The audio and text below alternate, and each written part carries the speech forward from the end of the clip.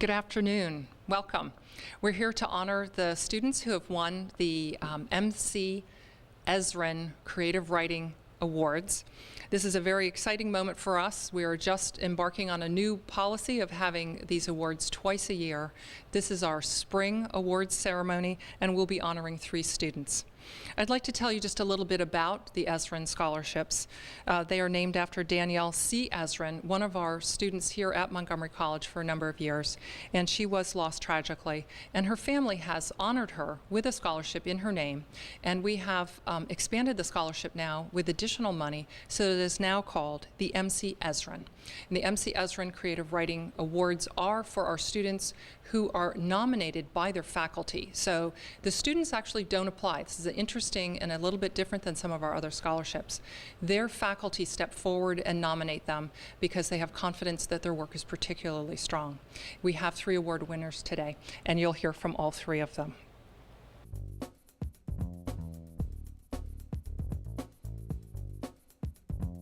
I understand that you took a creative writing course at Montgomery College. Can you tell us the course and your professor?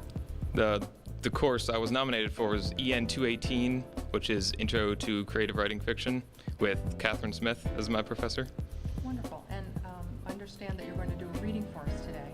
Can you tell us about that piece, just a little background about it? Yes, it's a combination of a bunch of shorter poems. It should be around 2 minutes long. It's called Inclement Amalgam. Inclement Amalgam? Inclement Amalgam. Well, we really look forward to that. Thank you so much for coming today. This is Michael Keriakou. He's from our Germantown campus. We have for him a very small gift, which in fact we hope is inspirational to him. This is a book that was edited by our professor, Julie Wakemen-Linn, from some work that she did overseas. And we really do hope that someday you will have a book with your name on it. And so this is a little bit of inspiration for you. So we'll put that there just for a moment. We also have for you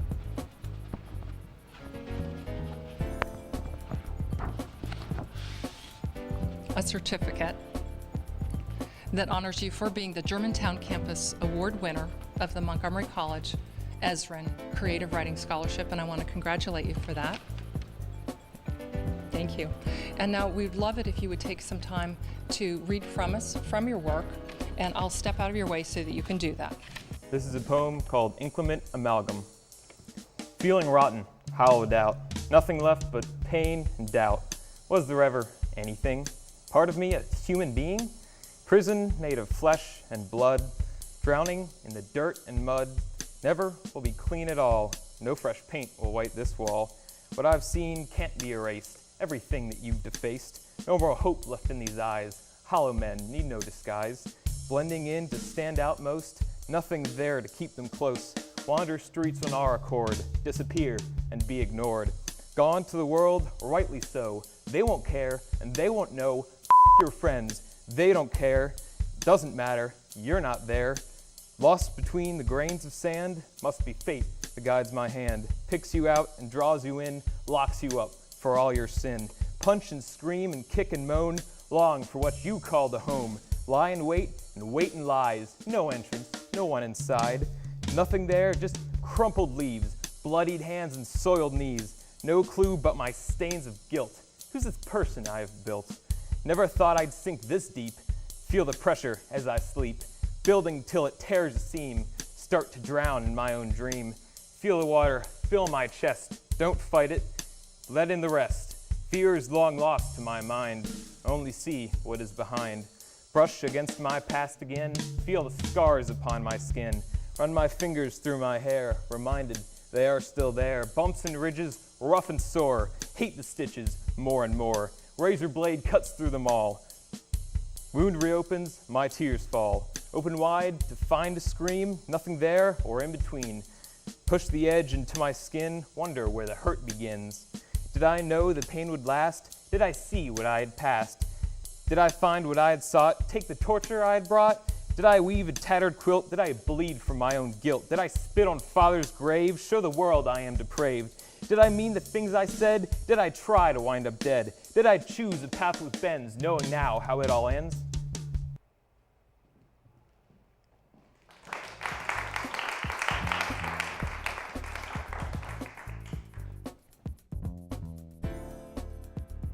I understand that you took a creative writing course. Can you tell me the name of your professor and a little bit about the piece that you were going to read to us today?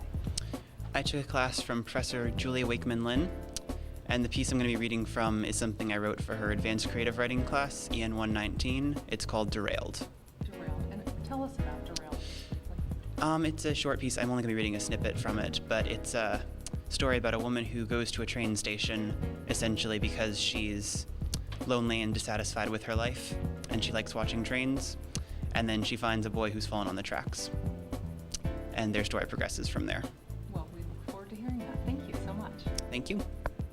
Now we'd like to honor our Rockville campus award winner for the MC Ezrin Creative Writing Scholarship. If we could have Danielle Keaton from our Rockville campus please come up.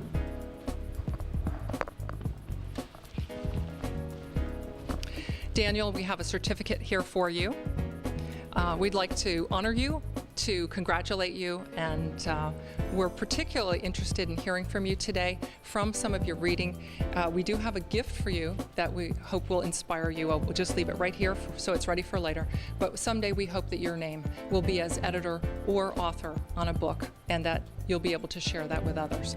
I'll step away so that you can do your reading. So I'm going to be reading from a work called Derailed. On October 11th, Heather prints the train schedule and drives to the station like usual.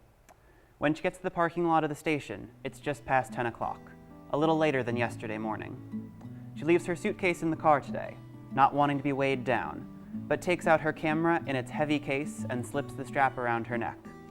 Then she stands in the field by the station and checks her watch. The 10:20 should be there in just a few minutes. She surveys the parking lot around the station, then the people huddled under the thin, gray concrete shelter. It's a small mass, but at least it's not empty. Heather doesn't like huge crowds when she goes train spotting, but she also doesn't like the eerie quiet of an empty station. There are a few older women on the platform, a young couple with a child of around 3 or 4, a few scattered women holding briefcases, a teen in a black hoodie leaning against a column, and a tall man wearing a trench coat. Heather used to wonder all the time where they were going. She would imagine up fantasy versions of their lives to distract herself from the fact that, no, she would not be joining them. She would be going home to Jerry. Their journeys were separate from her own. Now she tries not to focus on the people, just on the trains. She watches and waits, gazing off into the distance, smoothing her skirt down and checking her watch in the interim. And then just on time, the train glides into the station, cutting off the small crowd from her vision. She snaps 3 quick shots of the vehicle in motion, then another few as it lingers in the station. Her camera records different angles of the shiny steel body, the links between compartments, the light gray windows in the sides like a cluster of small eyes. Half a minute's time passes to get people and luggage on board, and the train rumbles back to life again, speeding away. Then Heather notices there's one person who stayed behind. It's the teenager in the black hoodie. She takes a discreet photo of them, wondering why they're still at the station. Then they turn to the side and stretch, and she can see their face. A boy, probably somewhere from 17 to 19, with dirty blonde hair. Heather watches him, fascinated by the non-passenger. Is he a train spotter too? She should just wait behind and observe from afar. He clearly hasn't noticed her, and she can get by just pretending the train passengers have all gone. There won't be another train for 25 minutes, and so she can go home and have some time to herself before turning to the day's editing work. Instead, she finds herself wandering over to the station. She tucks her camera back into the case, and then goes through the low tunnel at the end of the parking lot, and takes the staircase up the raised platform. She wanders over to the support column he's leaned up against. The boy notices her, but only in the casual way he would have observed the young couple and the businesswoman. She's still anonymous. "What are you doing?" she asks. His response surprises her from the beginning. "Would you like a completely honest answer?" "I suppose so," Heather replies. "Most people wouldn't," he says. "Right now, I'm considering whether or not to jump." Thank you.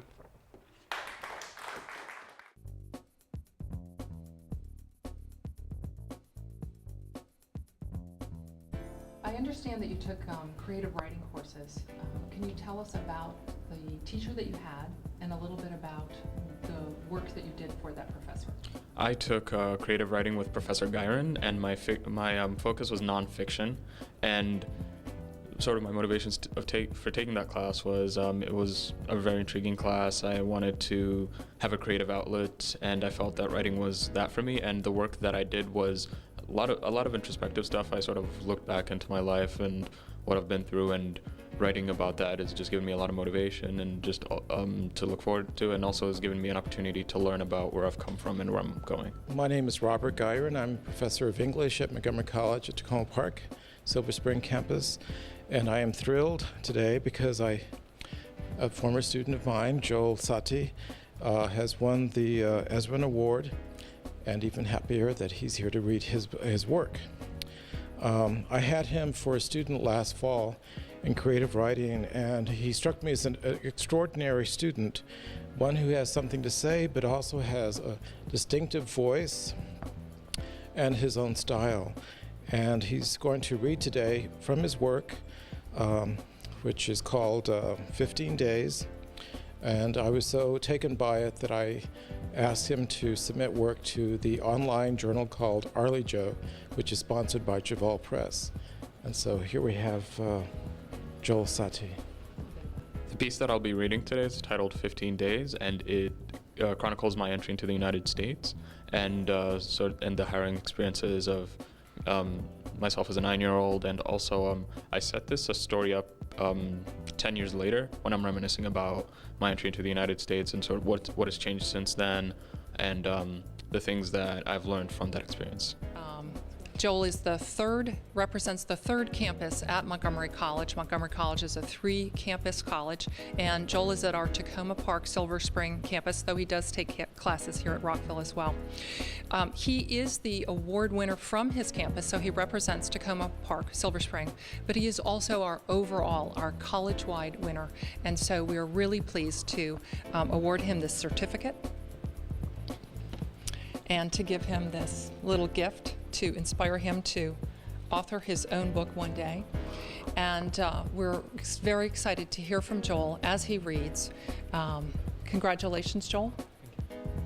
And let's get to it.